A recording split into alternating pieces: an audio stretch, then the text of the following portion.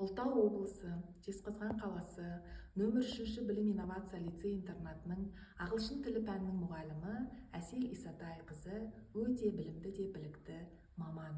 Олай дейтінім, Әсел Исатайқызы өзінің сабақтарында оқытудың түрлі стратегиялық әдіс-тәсілдерін өте тиімді, оңтайлы, асқан шеберлікпен қолданады.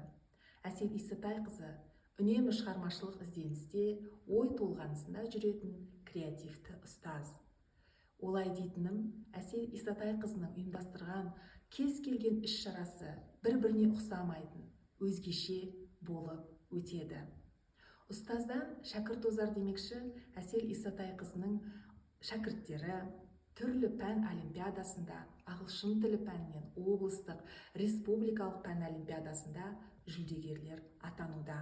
Сондай-ақ Әсел Исатайқызының шәкірттері Астана, Алматы қалаларында ағылшын тілі пәнінен өтетін дебат сайыстарында топты жарып, биік белестерді бағындыруда. Әсел Исатайқызының хоббиі кітап оқу. Ол кісі кітап оқудан барлық жарыстарға қатысып, алдыңғы қатарда жүретін ұстаз.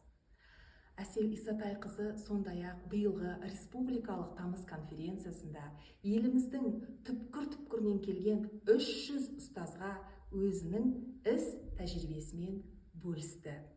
Болашақта Әсел Исатайқызына еңбегіне тек қана сәттілік тілеймін.